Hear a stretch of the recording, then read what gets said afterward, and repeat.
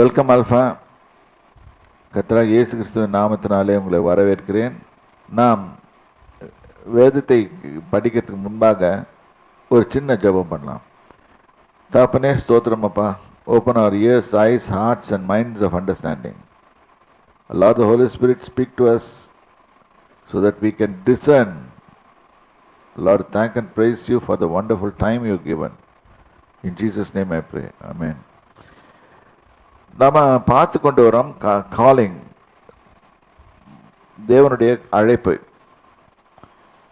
அதில் நேற்று படித்த வரைக்கும் என்னாச்சுன்னா, யோசேப்பு என்ற மகன் பிறந்தான் யாக்கோபுக்கு. யோசேப்பை பெற்ற பின் லாபா வந்த பிறகு ஒரு சேஞ்ச் வருது இவனுக்குள்ள, ஒரு ஹார்ட்டுக்குள்ளே.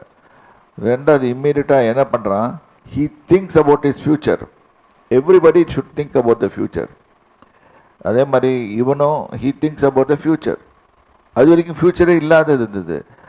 ஆனால் இதுக்கு முன்னால் என்ன ஆயிடுச்சுன்னா, கர்த்தரோட இன்டர்வென்ஷன் இருந்தது.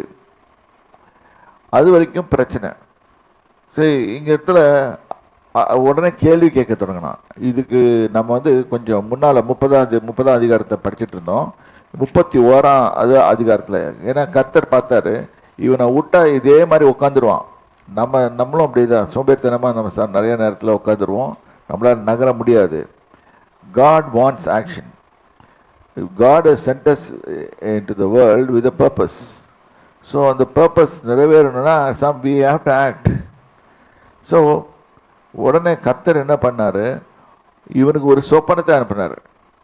அந்த சொப்பனத்தின் மூலம்தான் இவன் அதிகாரத்தை பெற்று இவன் பேச போகிறான். இப்போ அந்த சொப்பனத்தை வாசிக்கலாம்.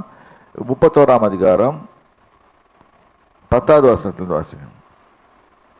ஆடுகள் பொழியும் காலத்திலே நான் கண்ட சொப்பனத்தில் என் கண்களை ஏறெடுத்து பார்க்கும்போது ஆடுகளோட பொழியும் கடாக்கள் கலப்பு நிறமும் புள்ளியும் வரியும் உள்ளவைகளாய் இருக்க கண்டேன். அதாவது பின்னால நடக்க போறத கர்த்தர் அவனுக்கு காண்பிக்கிறார். இப்படிதான் இருக்கும் உன்னுடைய இது அப்படின்னு சொல்லி காமிக்கிறாரு. இதை புரிஞ்சுக்கிட்டான். இதுதான் இதே மாதிரி நம்மளுக்கும் சொப்பனங்கள் வரும். சொப்பனங்கள் மூலமா, தரிசனம் மூலமா கர்த்தர் சொல்லுவார் நம்ம எதிர்காலத்தை பற்றி. ஆனால் நம்ம புரிஞ்சுக்கிற திறமை நம்மளுக்கு வேணும். அது நம்ம திறமைன்னா நம்ம கையில் வி கேன் டெவலப். ஆவியானவர் தான் சொல்லிக் கொடுப்பாரு. ஸோ அந்த காலத்தில் ஆவியானவர் குரல் அருளப்படாத காலத்தில் 16வது வசனம் வாசிங்க.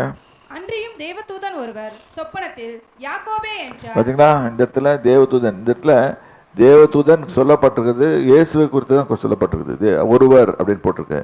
ஸோ யாக்கோபே என்றார், இதோ இருக்கிறேன் என்றான். அப்பொழுது அவர் உன் கண்களை ஏறெடுத்து பார், உன் கண்களை ஏறெடுத்து பார். இது பாருங்க, கர்த்தரே விளக்கி சொல்கிறார். இந்த ட்ரீமை, இந்த சொப்பனத்தை விளக்கி சொல்றார். உன் கண்களை ஏறெடுத்து பார். ஆடுகளோட பொழியும் கடாக்கள் எல்லாம் கலப்பு நிறமும் புள்ளியும் வரியும் மூலமாய் இருக்கிறது. லாபான் உனக்கு செய்கிற யாவையும் கண்டேன். நீ தூதனுக்கு அபிஷேகம் செய்து எனக்கு ஒரு பொருத்தனையை பண்ணின. தூணுக்கு அபிஷேகம் செய்து எனக்கு ஒரு பொருத்தனையை பண்ணின பெத்தேலிலே உனக்கு தரிசனமான தேவன் நானே. பார்த்தீங்களா, இந்த இடத்துல இயேசுக்கு கிளீனா பேசுறாரு. நான் தான் தரிசனமானவனுக்கு. இப்பொழுது நீ எழுந்து இந்த தேசத்தை விட்டு புறப்பட்டு உன் இனத்தார் இருக்கிற தேசத்திற்கு திரும்பி போ என்று சொன்னார் என்றார். போதும். இப்ப கர்த்தர் ஒரு சொப்பனத்தை கொடுக்குறாரு. இந்த சொப்பனத்தை பார்க்கறான்.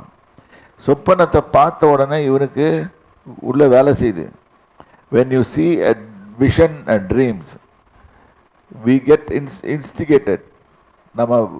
நமக்கு இன்ஸ்டிகேட் ஆகுது. ஆன உடனே அப்போ தான் இவனுக்கு நினைவு வருது, தான் இத்தனை நாள் ஏமாற்றப்பட்டிருக்கிறது. இத்தனை வருஷங்கள் அங்கே ஒரு லேயாளுக்கு ஒரு 7 வருஷம் வேலை செய்தான். ராகேலுக்காக ஒரு 7 வருஷம் வேலை செய்தான். 14 வருஷம் அடிமை மாதிரி வேலை செய்துட்டான். யோசனை பண்ணி 14 வருஷத்தில் இவன் சம்பளத்தை வேற மாற்றி ஏமாற்றிருக்கான். வேற அடிமை மாதிரி ட்ரீட் பண்ணியிருக்கானுங்க. ஆனால் இவனுக்கு இது இப்போ புரியுது.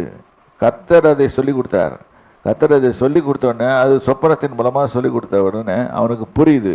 புரிஞ்ச உடனே இங்கே கேட்க தொடங்குறான், கேள்வி கேட்க தொடங்குறான். என்ன சொல்கிறான், ஃபஸ்ட்டு அவங்க அப்பா கிட்ட, அவங்க மாமனார்கிட்ட போகிறதுக்கு முன்னாடி என்னாச்சு, பஞ்சாதிகிட்ட போய் பேசுகிறான். பேச உடனே பஞ்சாதிக்கு பாருங்க என்ன சொல்றாங்க 14வது வசனத்துல. அதற்கு ராகேலும் லேயாலும் எங்கள் தகப்பன் வீட்டிலே இனி எங்களுக்கு பங்கும் சுதந்திரமும் உண்டோ? ஆ அவரால் நாங்கள் அந்நியராய் எண்ணப்படவில்லையா? பார்த்தீங்களா, அந்த பெண்களும் ஒரே எண்ணத்தோடு இருக்கிறார். இது கர்த்தர் தான் செய்ய முடியும். அவர் எங்களை விற்று எங்கள் பணத்தையும் வாயிலே போட்டுக் கொண்டார். அதை வித்துட்டான், எங்களை வித்துட்டான், அந்த பணத்தையும் வாயில போட்டுக்கிட்டான். ஆகையால் தேவன் எங்கள் தகப்பனிடத்திலிருந்து எடுத்த ஐஸ்வர்யம் எல்லாம் நமக்கும் நம்முடைய பிள்ளைகளுக்கும் உரியது. இப்படி இருக்க தேவன் உனக்கு சொன்னபடி எல்லாம் செய்யும் என்றார்கள். பார்த்தீங்களா, தேவன் உனக்கு சொன்னபடி செய். இன்றைக்கு நம்மளும் அதான் செய்யணும். தேவன் நமக்கு சொன்னபடி செய்தினா ஐஸ்வர்யம் வரும், இல்லாட்டி வராது. நீங்கள் பாட்டுக்கும் ஏதோ ஃபார்முலாஸ் போட்டுட்டு பாட்டு ஒர்க் அவுட் பண்ணி பார்த்தீங்கன்னா it won't work. You will spend it. Whereas you have to listen to the voice of the Lord God. And when God shows you a vision, ask Him. இந்த அர்த்தம் என்ன ஆண்டவரே, சொப்பனத்தின் அர்த்தம் என்ன? அப்போ கேட்கும்போது அவர் விளக்கி சொல்லுவார். சொன்ன உடனே இவனுக்கு புரிஞ்சுக்கணும். இப்போ இவனுக்கு நல்லா தெரியுது, சொப்பனத்தை கண்டதன் மூலமாக அவனுக்கு என்ன தெரியுது, இன்னுமே இங்கே இருக்கக்கூடாது, நம்ம புறப்பட்டு போகணும். டெஸ்டினேஷன் பெத்தேல், தூணுக்கு அபிஷேகம் பண்ணின இடத்துக்கு நாம் போகணும். இதுதான் கர்த்தர் கொடுத்துருக்க திட்டம். இன்னைக்கு நம்மளும் இதே மாதிரி தான் கர்த்தர் கொடுத்துருக்க திட்டங்களை ஃபாலோ பண்ணோம்னா வெற்றிகரமாக ஜெயிப்போம். இப்போ now let us go back to இது சாப்டர் 30, 30ஆம் அதிகாரத்துக்கு போவோம். 25வது வசனத்தில் பாருங்க. ராகேல் யோசேப்பை பெற்ற பின் யாக்கோபு லாபானை நோக்கி, நான் என் ஸ்தானத்தில் இருக்கும் என் தேசத்திற்கும் போக என் அனுப்பிவிடும். பார்த்தீங்களா, எங்க டைமிங் வருது. யோசேப்பை பெற்ற பின் அவனுக்கு சொப்பனம் வருது. சொப்பனத்தை பிடிச்சிக்கிட்டு இப்போ நேர தைரியத்தை வர வச்சுக்கிட்டு நேராக போய் பேசுகிறான். நான் உமக்கு ஊழியம் செய்து சம்பாதித்த என் மனைவிகளையும் என் பிள்ளைகளையும் எனக்கு தாரும். பார்த்தீங்களா, சொந்தம் கூட பிள்ளை, பொண்டாட்டி பிள்ளை கூட சொந்தம் இல்லைன்னு வச்சிருக்கான். நான் போவேன், நான் உம்மிடத்தில் சேவித்த சேவகத்தை நீர் அறிந்திருக்கிறீர் என்றான். இப்போ நான் போவேன்ட்டான், முடிஞ்சு போய் முடியாது. அப்போது லாபான், உன் கண்களில் எனக்கு தயவு கிடைத்ததே. ஆனால் பார்த்தீங்களா, இந்த இடத்துல உன் எதிரி உன்கிட்ட பெக் பண்ணுவான்.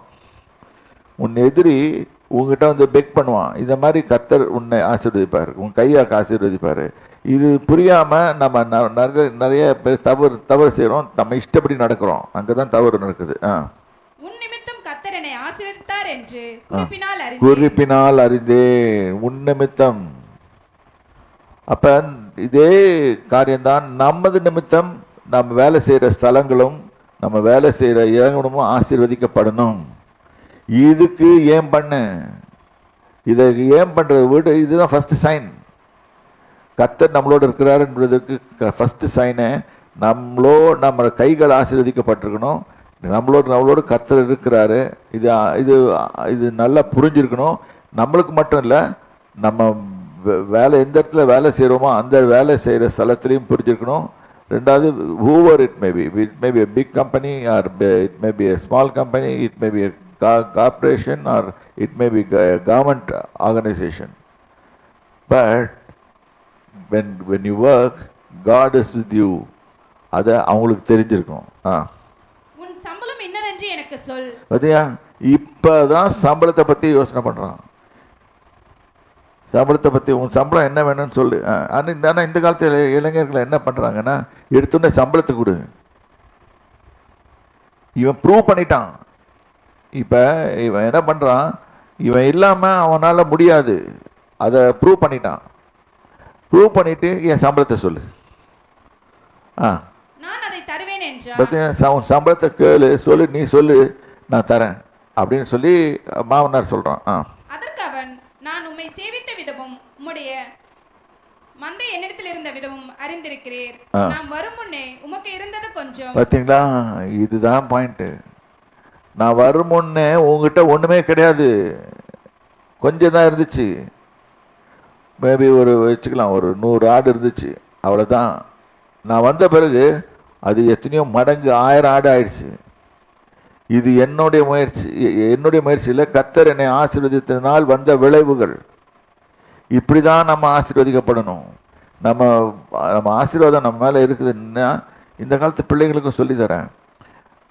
ஆசீர்வாதம் நம்ம மேலே இருக்குதுன்னு சொன்னால் நம்ம கையின் கிரியைகள் ஆசீர்வதிக்கப்பட்டிருக்கணும்.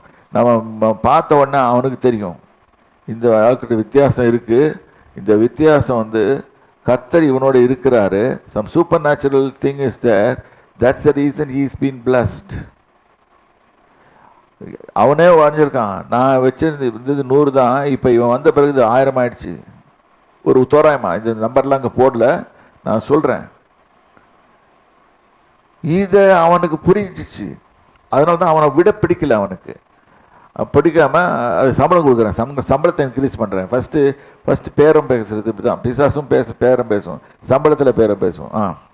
நான் வந்த பின் கர்த்தர் உம்மை ஆசீர்வதித்ததினால் அது மிகவும் பெருகி இருக்கிறது. பார்த்தீங்களா, இவன் என்ன சொல்கிறான், யோ நீ என்ன சம்பளம் கொடுக்கறது, நான் வந்தனால தான் உனக்கு பெருகிடுச்சு. இனி நான் என் குடும்பத்திற்கு சம்பாத்தியம் பண்ணுவது எப்பொழுது குடும்பத்துக்கு சம்பாத்தியம் பண்ணுவது எப்பொழுது? இது எல்லா ஆம்பளைங்களும் கேட்க வேண்டிய கேள்வி. இவர் 14 வருஷத்துக்கு அப்புறம் கேட்குறாரு, 14 வருஷத்துக்கு அப்புறம் கேட்குறாரு கேள்வி. கேள்வியை இது 14 வருஷத்துக்கு முன்னாலே கேட்க வேண்டியது, ஆனால் கேட்கல. இது கேள்வி கேட்கறதுக்கு ஒரு சொப்பனம் வர வேண்டியது இருக்குது. அந்த சொப்பனத்தில் புள்ளியும் வரியும் இதுமாக இருக்கிற ஆடுகளை பார்க்க வேண்டியதாக இருந்துச்சு. பார்க்க வேண்டியது தேவன் சொல்கிறாரு, ஆடுகளை கவனி, ஆடுகள் இப்படி தான் இருக்கும், இனிமே வர ஆடுகள்லாம். நீ வந்து இது வந்து ஆடுகள்னால வித்தியாசம் வர்றதில்லை, உங்கள் விசுவாசத்தின் விளைவு தான் உங்கள் மனசில் அதில் ரூட்டாகி அந்த ஆடுகளை அவ்வாறு வேலை செய்யும்.